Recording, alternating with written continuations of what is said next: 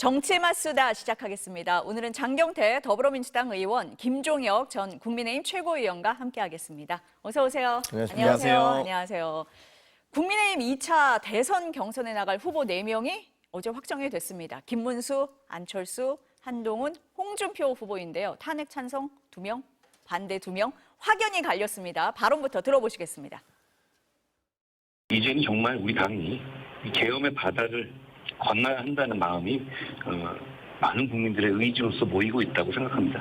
제가 반드시 과반 이상 득표를 해서 결선 투표까지 가지 않고 4월 29일부터 우리 당이 곧바로 본선 체제로 이재명 민주당을 상대할 수 있도록 하는 것을 목표로 최선을 다하겠습니다. 당에 나온 후보들이 지금도 여전히 이 대통령 탄핵에 대해서 반대를 하고 있지 않습니까? 네. 저는 그것 자체가 저는 옳지 않다고 봅니다. 그런데도 그러면 차라리 이 대선에 출마하는 것이 아니라 이 그 대통령 선거 자체를 보이콧을 해야죠. 저는 뭐 비상계엄을 옹호해 본 적도 없고 비상계엄에 찬성해 본 적도 없는 사람입니다. 예, 알고 있습니다. 그러나 대통령께서 이 비상계엄을 선포할 수밖에 없었던 그 사정, 안타까운 사정에 대해서 그건 책임이 민주당에 있다 이렇게 생각합니다. 35%는 한탄한 탄핵 반대했던 그 사람들이 이재명 후보를 찍겠습니까? 예. 우선 기본 베이스가 35%가 되잖아요. 탄핵 반대했던 35%의 열정을 투표장에 끌어들이면 예. 나머지 15%만 채우면 되는 거예요. 안철수 후보냐, 나경원 후보냐, 마지막까지 한 자리를 두르고 경쟁이 치열했다, 뭐 이런 얘기가 있었는데 안철수 후보가 4강에 진출했습니다. 먼저 김 최고위원님께 여쭤봐야 될 것 같아요. 어떻게 분석하세요? 저희는 나경원 후보가 될 줄 알았어요. 나경원 후보가 워낙 기세를 많이 올리셨고 또 윤석열 대통령의 그 지지를 받고 있다라는 느낌을 줬고 그다음에 거기 캠프에 뭐 김민전 의원 수석 대변인 그다음에 뭐 강승규라든가 뭐 이만희 의원이라든가 이른바 핵심 친윤이라는 분들이 다 들어가 있어서 저기에 이제 윤심이 가 있다라는 느낌을 받을 수가 있으니까 그래서 결국은 나경원 의원이 그래도 올라가지 않을까 이런 생각을 했었어요. 그랬는데 저희도 좀 놀랬습니다. 놀랬는데 결국은 이제 안철수 후보가 올라가셨잖아요. 그 얘기는 이른바 윤심파리가 더 이상 안 된다. 그리고 이번에 이제 일반 국민 여론조사하고 국민의힘 지지자들이니까 그런 분들께서 탄핵의 강을 건너야 된다. 계엄의 바다도 건너고 탄핵의 강도 건너고 그래서 이제 우리가 새롭게 전열을 가다듬어야 된다는 그런 의견 표시를 해주신 것 같아요. 전체적으로 이게 분위기가 달라지고 있구나. 이제 겨울이 지나가고 봄이 와서 이제 과거에 입었던 외투를 벗어 던질 때가 됐구나라는 것들을 단적으로 보여준 그런 선거였다. 그런 경선이었다. 1차 경선은 이렇게 생각합니다. 장 의원님은 어떻게 분석하세요? 아직 봄이 오긴 이르고요. 아마 4만 사온 정도 되지 않을까 싶은데요. 근데 저는 사실 인정. 4강은 당연히 저는 안철수 의원님이 올라가실 당연히? 거라 생각했거든요. 네. 그러니까 예를 들면 1차 여론조사 경선 방식이 국민 여론조사 아니겠습니까? 만약 당원조사 100% 했거나 5대5만 했어도 저는 이제 저도 예측이 좀 어려우지 않았을까 싶은데요. 그런데 어찌됐건 100% 국민 여론조사라면 당연히 윤심 뭐 제가 8이라고까지 좀 폄하하고 싶지는 않은데 윤심을 주장하시는 나경원 후보 측은 좀 아무래도 어려울 수밖에 없죠. 왜냐하면 이미 소위 윤심을 호소하고 있는 분들이 선제적으로 김문수 후보와 홍준표 후보가 앞서 있기 때문에 상대적으로 이제 후발 주자인 나경원 후보 측은 조금 더 약할 수밖에 없고요. 100% 국민 여론조사에서는 당연히 4강 구도는 뭐 김문수, 홍준표 또 한동훈, 안철수로 2대2 구도로 짜여질 수밖에 없다. 특히 국민 여론조사에서는 라고 봤고 아마 저는 이제 한 달 전부터 계속 이 대진표 결선 대진표는 결국 김문수 대 한동훈 아니냐. 그러니까 소위 탄핵의 강을 국민의힘과 당원과 지지자들께서 이 탄핵의 강을 건너야 될까 말아야 될까 아마 고심이 있으실 거예요 아마. 그래도 내가 뽑은 대통령인데 어떡하나라는 또 마음을 가지고 계신 분과 그래도 대통령이 잘못했으니까 이제는 새로운 리더십, 보수의 가치를 그러니까 보수의 가치를 깃발을 들고 있는 새로운 미래에 투자할 것인가를 고민하실 거거든요. 아마 이 항상 이 대통령 선거 과정에서는 이제 새로운 리더십을 구축하느냐 못하느냐 가지고 양당이 혹은 또 다른 정치 세력들이 제3지대를 포함해서 그런 고민을 많이 하시는데 아마 이제 4강이 이제 대진표가 짜여진 만큼 아마 이제 친한계에서는 조금 더 저는 그러니까 유리해지지 않았나. 그러니까 소위 아무리 경선 레이스가 표가 갈린다 어쩐다 공학적 계산을 할지라도 3대1로 레이스를 하는 것과 2대2로 팽팽하게 맞서는 것과는 또 지지층을 형성하고 의견을 수렴하는 과정이 보다 폭넓어질 수 있기 때문에 아마 그런 뭐 소위 이 탄핵 찬성파 분들은 좋은 뭐 입지를 선점했다라고 봅니다. 그러니까 장 의원님은 3대1로 싸우는 것보다는 2대2가 더 나은 구도다 이렇게 보시는 그렇죠. 거예요, 지금? 그런데 일각에서는 아니 나경원 후보가 올라와서 한동훈 후보가 탄핵에 찬성했던 표를 다 가져오는 게 낫지 않냐 이렇게 분석하시는 분들도 계셨는데 좀 아니라고 보시는 겁니다. 어떠세요? 그러니까 사실은 그 이래도 좋고 저래도 좋거든요. 왜냐하면 자신이 있다 이런 왜 건가요? 그러냐면요. 네, 네. 뭐 3대1로 계속 공격을 당해도 우리 후보가 거기에 뭐 맞섰을 때 한동훈 후보가 거기에 맞섰을 때 예를 들면 뭐 굉장히 논리가 좀 부족하다든가 아니면 뭐 토론 실력이 떨어진다든가 이러면 모르겠는데 지난번에 대표 경선 때도 보여줬잖아요. 쟁쟁한 원희룡, 윤상현, 나경원 후보가 뭐 맹폭을 했지만 그 결과는 뭐 완전 일방적인 게임으로 이겼었지 않습니까? 그러니까 그런 면에서는 오케이 그것도 괜찮다라는 생각이 드는데 이번 선거를 보면서 느낀 거는 이제 상당히 우리 당원들 가운데서도 이게 윤석열 대통령과 그 계속 껴안고 윤석열 대통령과 함께 가는 것은 옳지 않구나라는 그런 분위기가 널리 퍼져 있다라는 그런 느낌을 받아요. 그런 분위기의 전환은 결과적으로는 저희 그 한동훈 후보에게 매우 좋은 그런 신호가 될 수 있다라고 생각을 해요. 그리고 이게 결국은 결정적인 건요. 나경원 후보가 저렇게 된 것은 윤어게인당을 만들겠다고 뭐 길거리에서 막 시위하고 뭐 변호사들이 나와서 뭐 기자회견을 한다고 그랬다 뭐 몇 시간 만에 또 철회하고 그다음에 정광훈 목사가 자기가 그 출마하겠다. 그리고 8명 후보 다 떨어뜨리고 윤석열 대통령 모셔다가 내가 하겠다. 이 얘기를 준 게 우리 당원들에게 너무나 큰 충격이었거든요. 야, 이게 뭐야? 그러니까 우리 당을 지금 괴멸시키려고 작정을 하고 앉아 있는 거야? 라는 그런 현실에 대한 현실 자각 내지는 현실에 대한 인식 이런 게 이루어진 거죠. 그래서 이 흐름은 뭐 일단 한번 이루어진 이상 이렇게 불가역 다시 거꾸로 갈 수는 없는 거고요. 더구나 대통령에 대한 어떤 그 재판이 이루어지고 있잖아요. 그 재판정에서 보여지는 모습도 사실은 상당히 좀 민망한 일들이 벌어지고 있지 않습니까? 그래서 윤석열 대통령을 내세워서 자기가 후보가 되겠다라는 분들은 이제는 이렇게 굉장히 좀 의외의 상황이 올 수 있어요. 저는 그렇게 봅니다. 그래서 뭐 김문수 후보가 올라갈 것이라고 얘기하시지만 김문수 후보가 안 되실 그럴 가능성도 뭐 적지 않다라고 봅니다. 장 의원님 앞서서 말씀을 하실 때 이제 1차 경선 같은 경우는 지금 국민 여론조사 100%였잖아요. 물론 국민의힘 지지층, 무당층만을 대상으로 한 여론조사이긴 하지만 국민 여론조사 100%였고 2차로 가면 좀 달라지잖아요. 네. 당원, 국민 여론 50대 50이면 조금 변화가 있을 수 있다 이렇게 보십니까? 어떻게 보세요? 아무래도 당원 여론조사에서는 뭐 최소 제가 보기엔 뭐 6대 4 정도는 어쨌든 탄핵 반대파가 유리하신 것 같아요.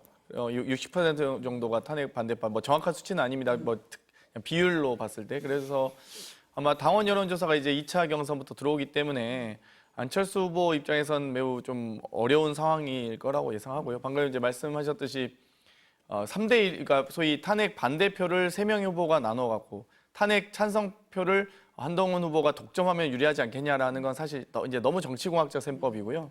항상 이제 선거 후보자 토론회든 레이스 과정에서 이 많은 이 유권자들은 또 지지자들은 이 극단값을 제외하고 싶어하는 심리가 있습니다. 근데 이제 이 4명 후보가 나란히 있는데 한 명만 튀네? 한 명은 좀 이상한데? 이렇게 생각하시기보다는 양측의 논리와 또 토론, 후보자 토론은 이 뭐 10분이면 10분, 15분, 15분 딱 정해져 있거든요. 그러면 하나하나 반박하는데 모든 시간을 할애해야 되기 때문에 자기 비전을 발표하기보다는 거의 3대1로 공격받는 거를 해명하다가 시간 다 보내거든요. 그래서 아마 그라운드를 좀 넓게 쓸 수 있게 됐다라는 점에서 아주 좋고요. 어찌되었건 이제 양측의 의견들이 팽팽하게 대립도 하면서 또 뭔가 이제 국민의힘 지지층 입장에서는 이거 아마 김문수 되나 뭐 홍준표 되나 혹은 뭐 한동훈 좀 너무한 거 아니야 이렇게 생각하다가도 안철수 의원은 또 다른 캐릭터거든요. 그래서 아마 또 좀 그런 부분이 희석된다는 점을 말씀드리고 싶고요. 어찌됐건 소위 이제 윤심을 강조한 후보들이 지금 뭐 김문수 후보도 있고 또 홍준표 후보도 탄핵 반대를 극렬하게 주장하고 계시고 나경원 후보가 뭐 윤심 독대를 계속 뭐 리와인드 하긴 했지만 사실 그것만으로는 지지자들이 뭐 오케이 뭐 당대표 선거는 뭐 또 그럴 수 있겠어요. 뭐 대통령이 현직 대통령이 살아있는 상태에서 대통령의 메신저로서 당대표가 누가 될지를 고민하면 뭐 이 독대라는 게 좀 더 의미 있게 작용할 수 있겠지만 이제는 지금 이번 선거는 대통령 선거 아니겠습니까? 그럼 대한민국을 어떤 후보가 국정 운영을 잘할지를 이 지지자들이 보고 있을 텐데 그거를 뭐 이렇다 할 선거가 없는데 독대만 가지고 이야기하기에는 좀 한계가 있지 않나 이런 생각이 듭니다. 그래서 어찌되었건 이제 2차 경선은 이제 국민 여론조사 100%에서 당원 여론조사 50%가 들어오니만큼 그 당원들에게 이제 어떻게 이 소고력 있게 호소하느냐의 문제인데 아마 당원들께서도 지금 국민의힘 당원들도 많이 고심하실 거예요. 그러니까 지금 어찌됐건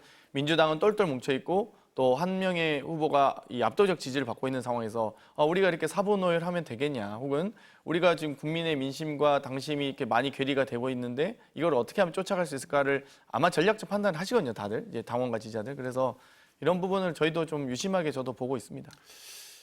저희는 사실 어저께가 굉장히 큰 터닝 포인트였어요. 그러니까 그 후원금을 모금을 했잖아요. 네. 그런데 그 30억 가까운 돈을 그 10시간 54분 만에 완판을 한 거거든요. 이거는 뭐 그 이재명 대표보다 훨씬 적은 시간에 얘기를 했고, 그리고 또 지금 다른 후보들은 계속 후원금을 모으고 있지만 얼마 모으고 있는지도 모르잖아요. 일주일 지났지만 뭐 얘기가 없잖아요.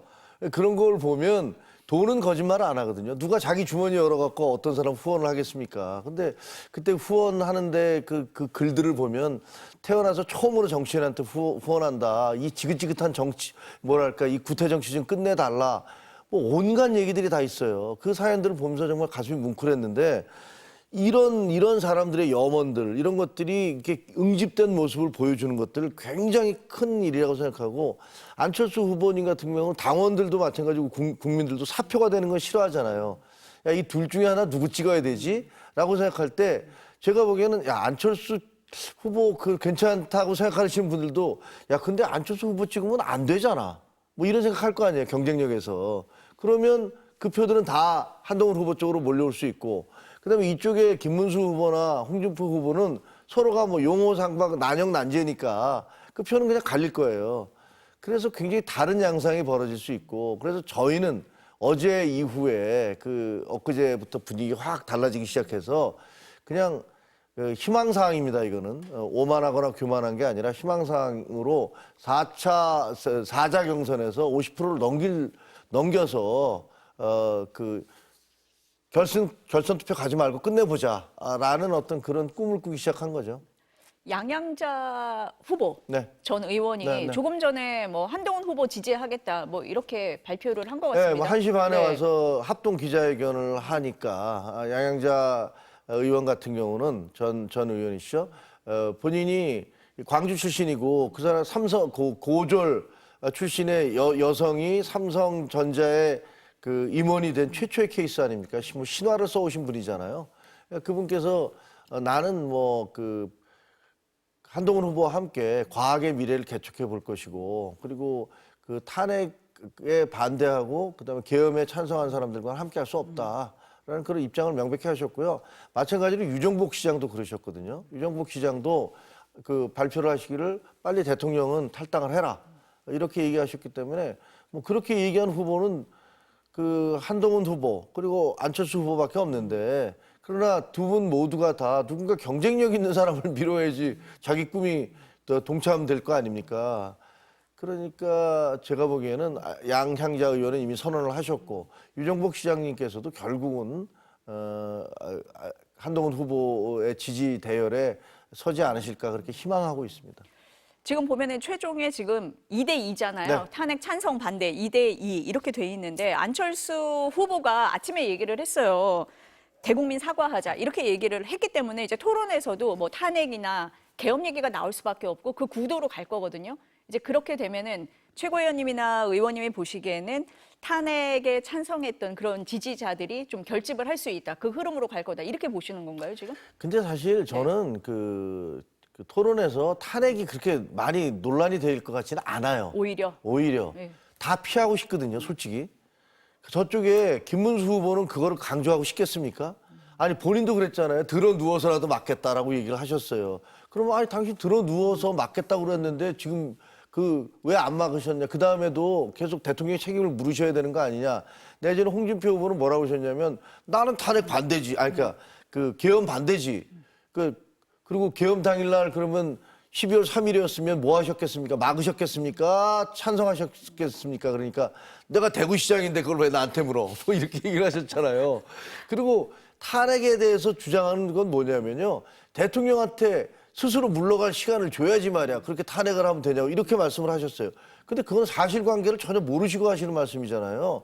12월 7일 날 대통령이 당에서 계속 요구를 해서 이거 그냥은 못 넘어간다라고 얘기하니까 대통령이 기자회견을 해서 내가 내 임기를 포함한 모든 것을 당에 맡기겠다. 그리고 난 수사 제대로 받겠고 헌법재판소 재판도 받겠고 그다음에 제2계엄 안 하겠다. 이렇게 얘기를 했잖아요. 그래서 저희가 탄핵을 안 한 거예요. 1차 탄핵이 그래서 넘어간 거예요.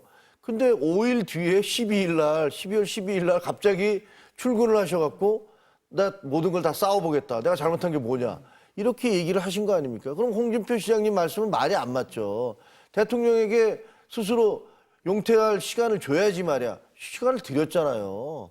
들어서 얘기를 했는데 대통령이 본인이 국민한테 한 약속을 뒤집으신 거지 않습니까? 그러니까 이런 문제들이 아마 토론 과정에서 다 드러나는 것을 제가 보기엔 김문수 후보도 원치 않고 홍준표 후보도 원치 않으세요. 그래서 전혀 예상과는 달리 오히려 저 반대쪽에 있는 두 분들이 계엄에 대해서 어떻게 생각하십니까? 라고 오히려 공격적으로 나갈 수 있고 저 두 분, 그걸 막 옹호하던 두 분은 계속 발을 빼면서 회피할 수 있는 가능성이 있습니다. 어떻게 보세요, 장 의원님은? 안철수 후보가 대국민 사과 제안한 건 어찌되건 판을 흔들기 위해서 좋은 뭐 나름의 카드를 저는 제시한 거라 보고요. 아마 이제 한동훈 후보 입장에서는 대국민 사과할 용인이 있으나 하지만 또 안철수 후보의 제안을 따르기는 또 쉽진 않을 거예요. 아마 나머지 후보는 당연히 그 의사 자체가 없을 거고. 그러면 어찌됐건 그런 좋은 아이템들을 제안하는 후보가 돋보일 수밖에 없죠. 그건 어찌됐건 이슈와 아젠다 파이팅을 하고 있는 거기 때문에 다만 이제 이런 식으로 여러 이슈를 선점하기 위한 노력들이 있을 텐데요.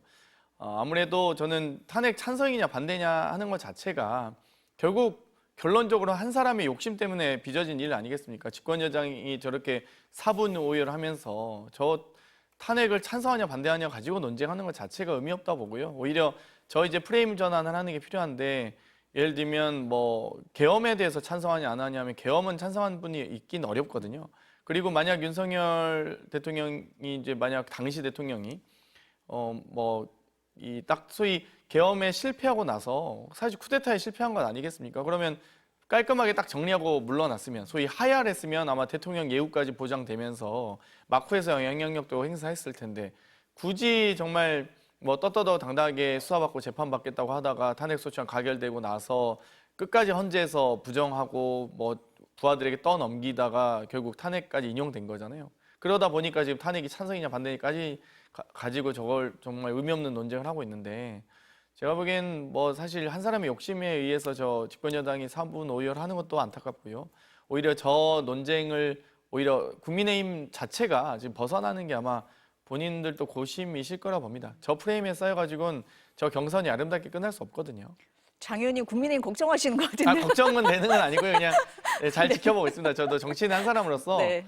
어찌됐건 이 진보든 보수든 양날개로 잘 날아야 되거든요. 그러니까 정당의 후보도 마찬가지입니다. 저희도 뭐 후보가 한 분이 지지율이 높다고 해서 그러면 한 명, 두 명만으로 경선하느냐 그것보다는 세 분 이렇게 양날개로 이렇게 나는 듯한 또 국민의힘도 뭐 찬성이든 반대든 양날개로 이렇게 나는 또 건강한 보수 정당으로 나아가는 게 대한민국 정치에 또 대한민국 국민께 좋은 일이기 때문에 저는 좋은 국민의힘이 됐으면 좋겠는데 자꾸 이렇게 극우화되시니까 뭐 저희가 그래서 중도 보수 정당까지 가고 있는 거죠 지금.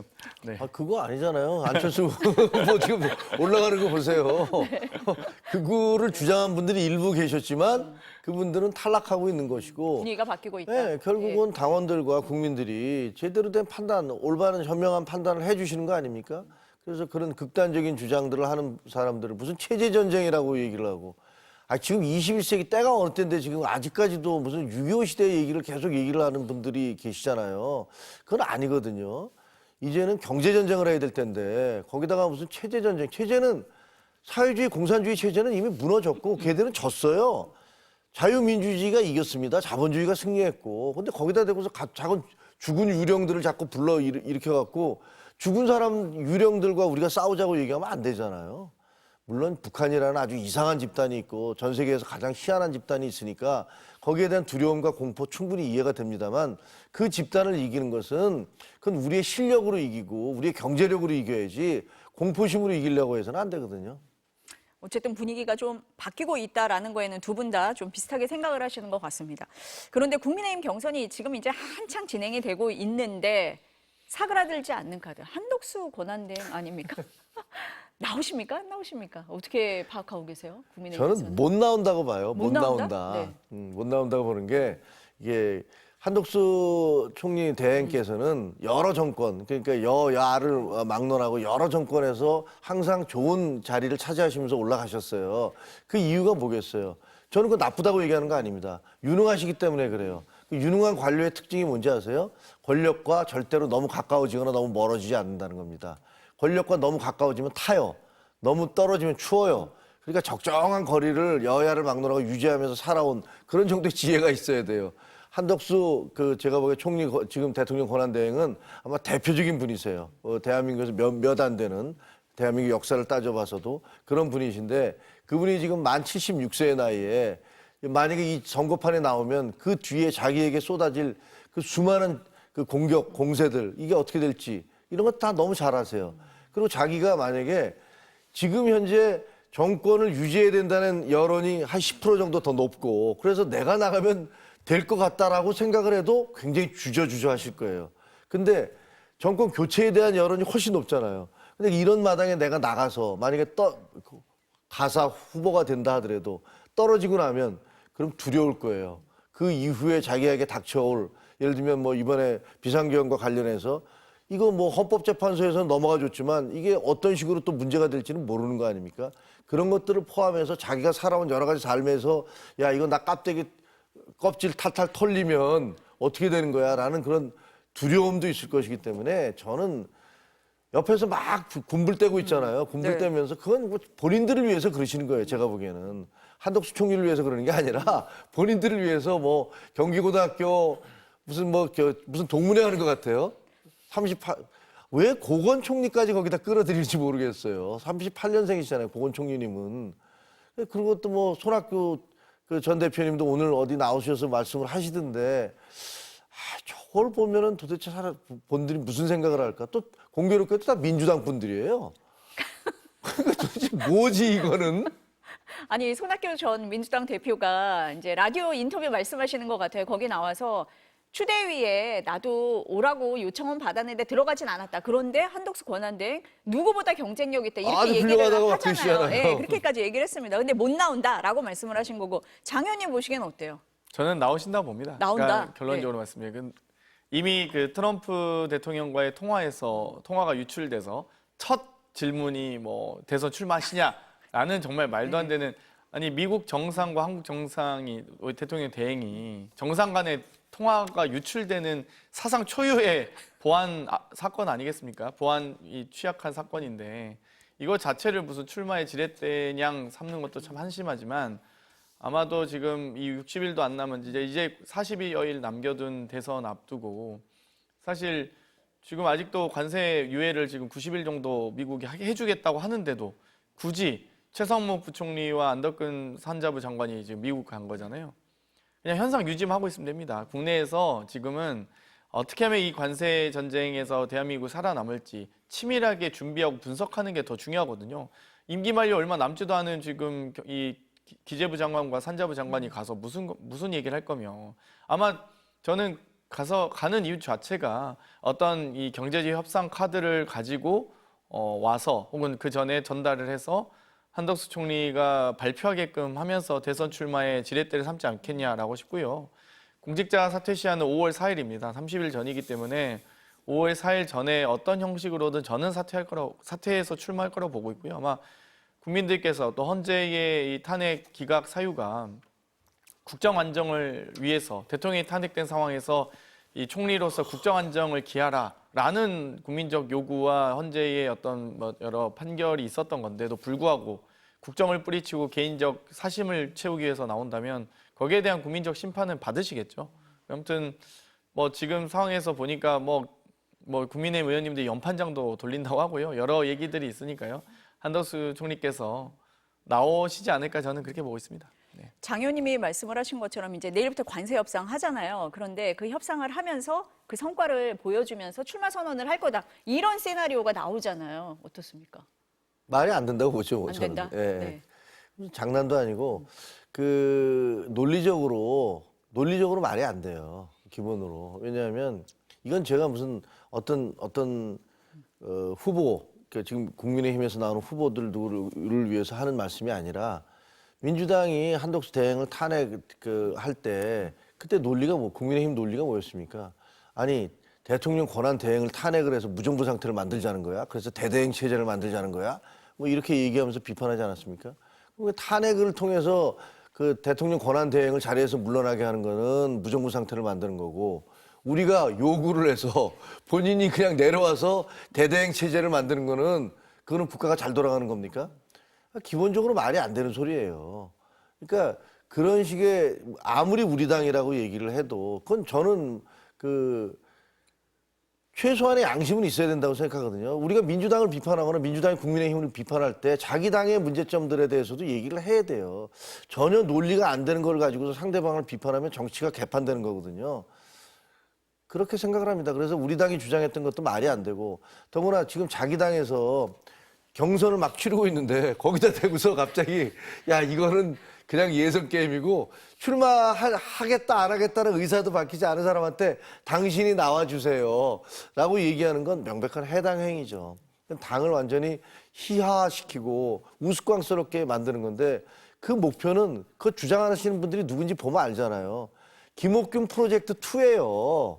그거는 야 한동훈이 우리 후보가 되는 거 꼴을 내가 못 보겠어. 그러니까 어떻게 해서든지 이 경선판을 흐트려 놓고 그다음에 한동훈이 후보가 됐을 때 불복을 하기 위한 그런 명분을 지금 자꾸만 만들어내고 있는 거예요. 그래서 엉뚱한 한동훈 대행을 계속 군불을 떼면서 얘기하고 있는 건데, 저는 저런 분들 이제 그 뭐 역사 과정에서 나중에 이제 뭐 정치학 교과서도 만들어지고 영화도 만들어지고 다 이 시기에 만들어지겠죠. 분명히 그에 대한 책임을 져야 될 겁니다. 그 한덕수 대행 출마설이 나오니까 민주당에서 지금 탄핵 말씀을 하시니까 탄핵 얘기가 다시 나왔거든요. 이게 실제로 추진될 수 있는 카드입니까? 아니면은 압박입니까? 어떻게 이해해야 돼요? 뭐 탄핵에 대한 사유는 저는 분명하다고 보거든요. 뭐 이 헌재 판결 이후에도 이 헌법재판관을 임명하지 않았던 거라든지 여러 가지 이제 이 사유들이 있긴 합니다만 어찌됐건 뭐 어느 정도 치유가 된 것 같고요. 또 뭐 탄핵 사유는 어찌됐건 좀 있긴 한데 또 본인이 또 원하시는 것 같아서 오히려 민주당에서는 안 해줘야 되는 게 아닌가 이런 참 고심이 있는데 네. 뭐 저는 이제는 좀 뭐 저희는 차분하게 탄핵의 사유는 충분하나 차분하게 이제 국민의 선택의 시간이거든요. 이제는 정치인들의 시간은 끝났다고 봅니다. 이제 후보들이 열심히 국민의 선택, 저희가 사법부를 향해서도 이 뭐 선거 개입하지 마라라는 지적을 하는 것처럼 이제 입법부도 어느 정도는 저희가 뭐 개입에 혹은 뭐 이런 여지는 없어야 되는 것 같고요. 입법, 사법, 행정부 모든 책임 있는 정치인들이 이제는 정치인들이나 법조인들, 관료들이 이제는 좀 이제 관망하면서 국민들의 선택을 차분히 기다리는 게 필요하지 않나 이런 생각이 듭니다. 현실적인 질문 한번 드려볼게요. 그러면은 국민의힘에서 이제 후보가 결정이 돼요. 한덕수 후보가 나와요. 단일화가 가능한 겁니까? 5월 4일 이후에 네. 이제 선거가 막 한 달도 안 남았는데 네.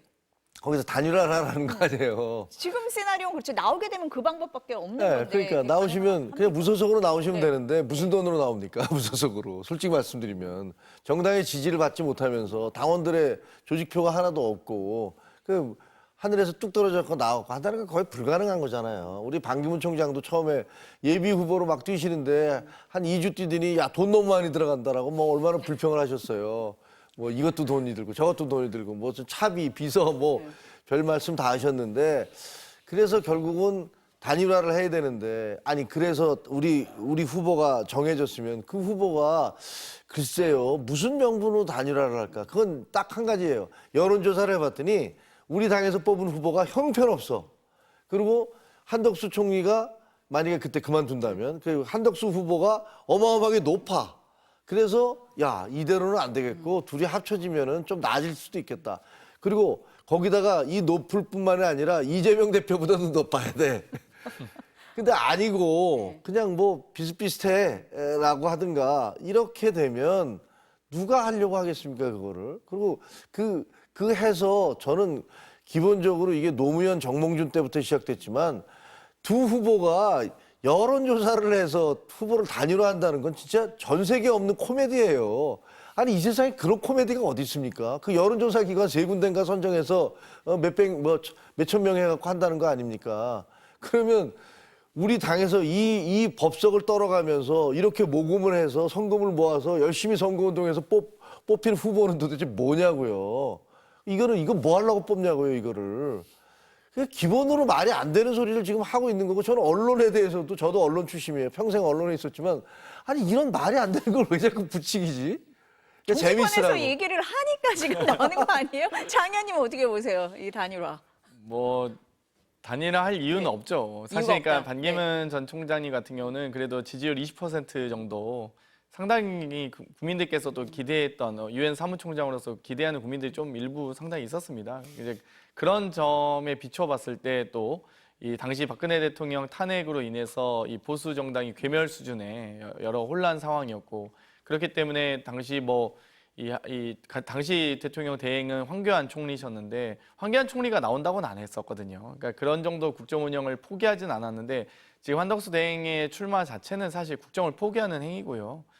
또 지지율이 높지도 않은데 또 포기한다고 하니까 왜 그 이유도 모르겠는데 뭐 이유는 이제 뭐 유추하건대 결국 이 포스트 대선 아니겠습니까?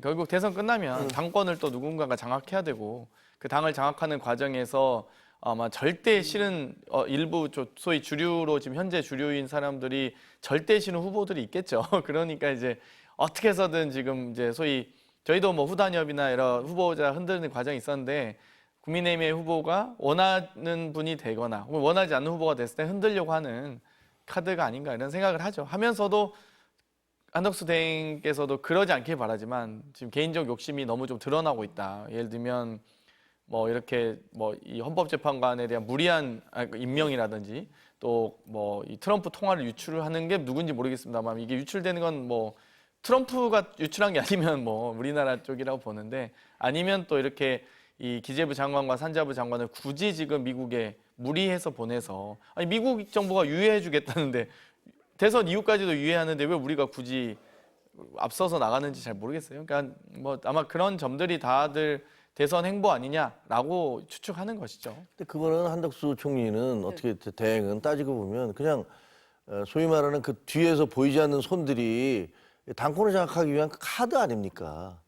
이 카드로 쓰는 거예요. 그냥 버리기 위한 카드. 그래서 쉽게 얘기하면 한동훈이 돼서 대표가 되면 대선 후보가 되면 당무를 장악하게 되는 거예요. 그때 당시에 당권과 후보가 다 장악을 하게 돼요. 비상대권이거든요. 그러니까 국민의힘 당원 당규는 대통령 후보로 확정되면은 이 당권을 다 비상대권을 가지게 됩니다. 그래서 아마 이제 그 대통령 후보 많이 됐을 경우에 이제 흔들 수 있는 카드는 타 후보와의 단일화밖에 없거든요. 그렇죠. 그게 너무 그래서 싫은 거예요. 그 그림을 지금 생각을 하고 있는 거다라고 보시는 거예요? 그런 거죠. 그런데 그러면 네. 한덕수 좀 대행의 주변에 있는 분들이야 뭐 막 떠들어대겠지만 한덕수 대행 본인은 나를 가지고서 아예 그냥 장난 노는구나.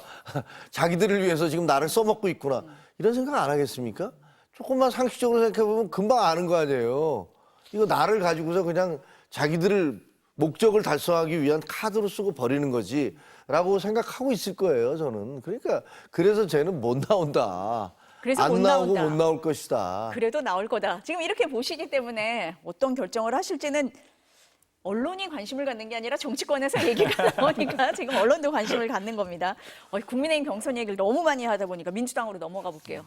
좀 심심하기는 합니다. 민주당 경선 이번 주말에 호남권, 수도권 경선이 있는데 호남은 되게 공들이는 지역이잖아요. 지금 충청과 영남에서 이재명 후보가 90% 안팎의 지지를 받았는데 호남도 그럴 거다 이렇게 보십니까? 어떻게 보세요? 제가 예상했던 득표율보다 사실 조금 더 득표하시고 계시긴 하거든요, 이재명 후보께서. 그래서 아마도 호남의 경선은 아마 이 추세를 유지하면서 쭉 가지 않을까 싶고요. 저도 한 85에서 87 정도 예상했는데 90까지 가서 좀 더 있구나. 그러니까 그만큼 당원과 지지자들께서 윤석열 정권에 대해서 2년 반 동안 너무 힘들었다라는 마음, 또 그 너무 힘든 과정을 가장 누구보다 앞장서서 싸웠고 또 가장 그만큼 화살을 또 많이 맞으셨다고 다들 공감하는 그 공감대에 있는 것 같아요. 그래서 아마 더 절대적 믿음과 신뢰와 지지를 보내는 것 같고요. 아마 이제 호남에서도 뭐 당연히 반윤석열 정서가 가장 강하지 않겠습니까, 호남은? 그러다 보니까 거기서 가장 열심히 싸운 후보에 대한 지지는 당연히 전폭적일 수밖에 없죠. 그렇기 때문에 아마도 저는 이 추세가 더 강화됐으면 강화됐지 약화되지는 않을 것 같다는 생각이 들고요. 어찌됐건 지금 경선 분위기이기 때문에 아마 다른 후보들도 호남 또 마지막에 있을 수도권에서도 선전하기 위해서 매우 노력할 거라고 생각하고 있습니다. 최고위님은 어떻게 보세요? 이 흐름이 계속 갈 거다 이렇게 보십니까? 호남에서는 네. 지지도가 확 떨어질 거라고 봅니다. 왜냐하면 오히려? 전략적 판단을 하거든요. 그러니까 일단 그 앞에서 계속 올라오는 것들이 결코 이재명 후보에게 좋은 게 아니잖아요. 그런 면에서 보면 두 가지가 다 작용을 할 거예요. 하나는 야, 저렇게 가는 게 우리 당에 뭐가 좋아? 라는 생각들 호남 분들이 이렇게 생각하실 것 같고 또 실제로 또 반감도 있어요. 이재명 대표에 대해서 지난번에 조국 신당이 그 담양 군수가 당선된 것에서 드러났듯이 이재명 대표에 대한 신뢰가 그렇게 높지 않다라는 생각이 들어요. 그래서 그런 게 있고 또 한 가지는 뭐냐면 이거는 조금 반대되는 얘기지만 국민의힘의 호남의 어떤 득표, 이재명 대표의 득표는 말이죠. 국민의힘에 대한 반감에 정비례하는 거죠. 반비례 이렇게 완전히 하잖아요. 반감과 비례하는 거죠. 근데 국민의힘이 만약에 완전히 짠물 경선으로 가면 그러면 아마 호남 쪽에서도 민주당 경선도 그렇게 갈 가능성이 커요. 근데 지금 나경원 후보가 가장 친윤 색채가 강하다고 스스로 말씀을 그렇게 행동을 하셨으니까 그 후보가 이게 날아가고 안철수 후보가 들어갔어요. 그러니까 국민의힘은 좀 다르네. 뭐 저쪽에 두 사람도 있지만 또 그렇지 않은 한동훈이나 안철수도 있고 뭐 이런 부분에 대한 이런 것들도 약간 심리적으로는 작용을 할 거예요. 그래서 저는 아마 85% 넘기 쉽지 않을 거다. 그건 전략적이든 아니면 이재명 대표에 대한 거부감이든 그리고 또 하나는 이제 국민의힘 경선을 보면서 거기에 국민의힘에 대한 그 거부감 같은 것들이 조금 희석된 측면이라든가 이런 것들을 고려해 보면 그럴 가능성이 있다라고 봅니다. 변수가 조금 있을 수 있다. 또 호남에서는 전략적 판단 플러스 다른 요인이 작용할 수도 있다. 이렇게 보고 계십니다. 이재명 후보가요. 공공의료 정책 내놨잖아요. 뜨거운 감자잖아요. 공공의료 뭐 윤 정부에서도 그 의정 갈등 이 문제가 많았는데 이 뜨거운 감자를 내놓은 이유를 어떻게 봐야 됩니까? 지금 이제 어찌됐건 이 의료 대란을 정상화하기 위한 노력들이 있고요. 의대 정원 확대 2,000명을 다시 원점으로 재검토하고 원점으로 이 복귀시키겠다는 또 교육부 장관의 발표도 있었습니다. 그렇기 때문에 빠르게 조기에 이 의료 대란에 대해서 수습하는 게 필요하다고 판단하신 것 같고요. 지금 뭐 공공의대나 공공의대 정원에 대한 이 증원에 대한 논의는 과거 정부부터 계속 있어 왔습니다. 보건복지부나 이 의료 정원에 대한 이 증원에 대한 논의가 의료 정원이 늘려야 된다 이런 논의는 계속 이어져 왔었고요. 과거에도 뭐 이 400명씩 10년간 점차적으로 좀씩 개선해서 특히 또 공공의료에 관련된 또 코로나 등의 어떤 감염병 위주의 의료 인력의 확보와 또 정말 낙후 지역이나 또 지역의 좀 이 여러 지방에 있는 의료 인력 확보가 필요하다라는 공공의대에 대한 필요성이 많이 대두되어 왔기 때문에 그 원칙을 재확인한 거다라고 생각하시면 될 것 같고요. 아마 구체적 논의는 당연히 집권 이후에 충분히 저는 뭐 의료 단체라든지 뭐 의료 당사자분들 또 이렇게 의료 노동자분들과 함께 논의할 수 있다고 봅니다. 공감하는 민심이 있기 때문에 이 얘기를 꺼낸 거다라고 말씀을 하시는 것 같은데 어떻습니까? 그 전 세계에 다른 나라들 가보면 그 미국이나 유럽에 가보면 정말 의료보험 제도가 엉망이잖아요. 병원 가기가 하늘의 별 따기예요. 너무 힘들어. 우리나라는 너무 쉽게 가서 문제지만 그래서 또 한국에 와 있는 외국인들 보면 야 정말 한국은 의료보험 제도는 전 세계에서 제일 좋아. 뭐 이런 얘기를 합니다. 물론 지금 현재 필수 의료라든가 공공의료 부분에 있어서 문제가 있는 건 사실이에요. 그러다 보니까 여기에 대한 대책이 필요하다. 그것을 뭐 억압적 방법으로 아주 무슨 혁명하듯이 갑작스럽게 인원을 갖다가 2배로 늘리겠다, 2,000명을 늘리겠다, 3,000명을 늘리겠다 이렇게 돼서 지금 나라가 확 뒤집어진 거 아닙니까? 근데 저는 민주당에서 왜 이렇게 공공 기본 이런 것들을 계속 앞세우는지 이해가 잘 안 돼요. 아니 그거 성공할 것 같지가 않거든요. 너 의대 가려면 의대 가서 10년 동안 어디 가서 복무를 해. 어디 가서 복무해야 되는데 그럼 복무하는 것 복무 지역에 대한 그 선택권은 누구한테 있는데 그럼 그거 나는 왜 저기 보내? 그리고 누구는 또 어디 보내? 이거 뭐 추첨으로 할 거야? 뭘로 할 거야? 이것도 시험 봐서 해야 되는 거야? 이게 도대체 말이 안 되는 거예요. 그러니까 공산주의 국가에서 무슨 생산량을 다 할당해 놓고서 이 분배할 때 말이야, 이 분배를 제대로 하기 위해서 누가 필요해? 감시하는 사람들이 필요해. 그러면서 또 다시 비효율적인 시스템을 만들어 놓잖아요. 시장 경제 시스템을 벗어나서 인류 역사가 발견한 가장 좋은 시스템은 시장 경제 시스템이에요. 거기 시장 경제에서 부족한 부분만 보충을 하면 되는데 지금 이거는 시장 경제의 논리가 아니라 이거 공급 경제의 논리로 무슨 뭐 수요가 공급 경제 뭐 지난번에 얘기했던 거 있잖아요. 네. 수요 창출을 먼저 그러니까 돈을 주면은 뭐 된다라는 식으로 얘기를 하는 것들 이런 식으로 의대 문제를 해결하겠다는 것은 제가 보기에는 지금 잘 나가고 있는 우리 지금 시스템을 다시 이상하게 망가뜨려 놓겠다. 뭐 이런 생각인 것 같아서 저는 굉장히 좀 이해가 잘 안 됩니다. 두 분 말씀을 들어보니까 의료개혁 이거 정말 쉬운 문제는 아닌 것 같아요. 마지막으로 좀 여쭤볼게요. 대법원이 어제 이재명 전 대표 선거법 위반 사건 전원합의체 회부를 했잖아요. 어제 바로 회의했습니다. 근데 내일 또 회의를 한대요. 굉장히 빠릅니다. 어떻게 보세요, 장 의원님? 우려와 기대가 함께 공존하고 있고요. 부디 대법원이 선거에 개입하는 걸로 보이면 안 되고 또 그런 행위도 절대 있을 수 없다고 봅니다. 어찌됐건 대법원이라 할지라도 헌법을 지켜야 되는 헌법 아래에 있는 기관이고요. 또 헌법이 지금 현재 60일 이내에 대선을 실시해야 한다라는 헌정 질서가 작동하고 있는 상황이기 때문에 헌법 위에 있을 수 있는 유일한 존재는 주권자인 국민밖에 없거든요. 지금은 누가 뭐라 해도 국민이 선택할 수 있는 국민의 선택 시간입니다. 그렇기 때문에 여기에 뭐 어느 누구도 선거 개입을 해서 혹은 선거 방해를 해서 선거에 영향을 미친 행위는 뭐 하다못해 시민단체를 할지라도 선거법 위반으로 규정하고 있거든요. 그렇기 때문에 뭐 설마 개입하지 않길 바라고 다만 이제 아마 이 전원합의체에 회부하고 심리하는 것 자체가 이 대선 전에 여러 가지 선거 관련된 재판에 대한 이 가이드라인을 정하기 위해서 대법원의 어떤 이 일치된 지침을 만들기 위해서 모이신 건지 어떠신 건지 모르겠어요. 그래서 아마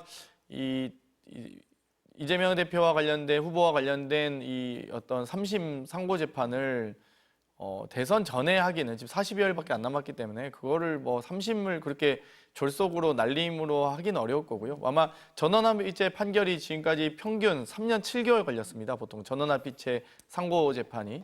그렇기 때문에 이거를 뭐 사상 초유로 30일도 안 돼서 뭐 할 수 있나? 이렇게 보면은 어렵다 보고요. 뭐 지금 파기 자판으로 무죄를 확정한다든지 혹은 파기 환송을 할지라도 파기 환송도 이 3심이 이제 법률심이기 때문에 2심에서 있었던 사실심이나 법률심에 대한 특히 또 단순 합의 재판부도 아니고 이 대등재판부에서 고법 부장판사 세 분이 아주 완결성 높게 판결문을 쓰셨기 때문에 이 법 논리를 조각조각 다 정말 비판을 다 달아서 파기환송 하셔야 될 텐데 아무리 대법원이라고 한들 그렇게 대등재판부의 2심 재판을 그렇게 쉽게 뒤집을 만한 논거와 법리를 구성하기는 좀 시간을 걸리실 겁니다. 할 수는 있겠죠. 근데 그 절속을 하기는 어려울 거기 때문에 저희도 약간 우려와 기대의 눈빛으로 함께 바라보고 있습니다. 최고위님은 어떻게 보세요? 이 사안은? 저는 뭐 2심 재판부의 그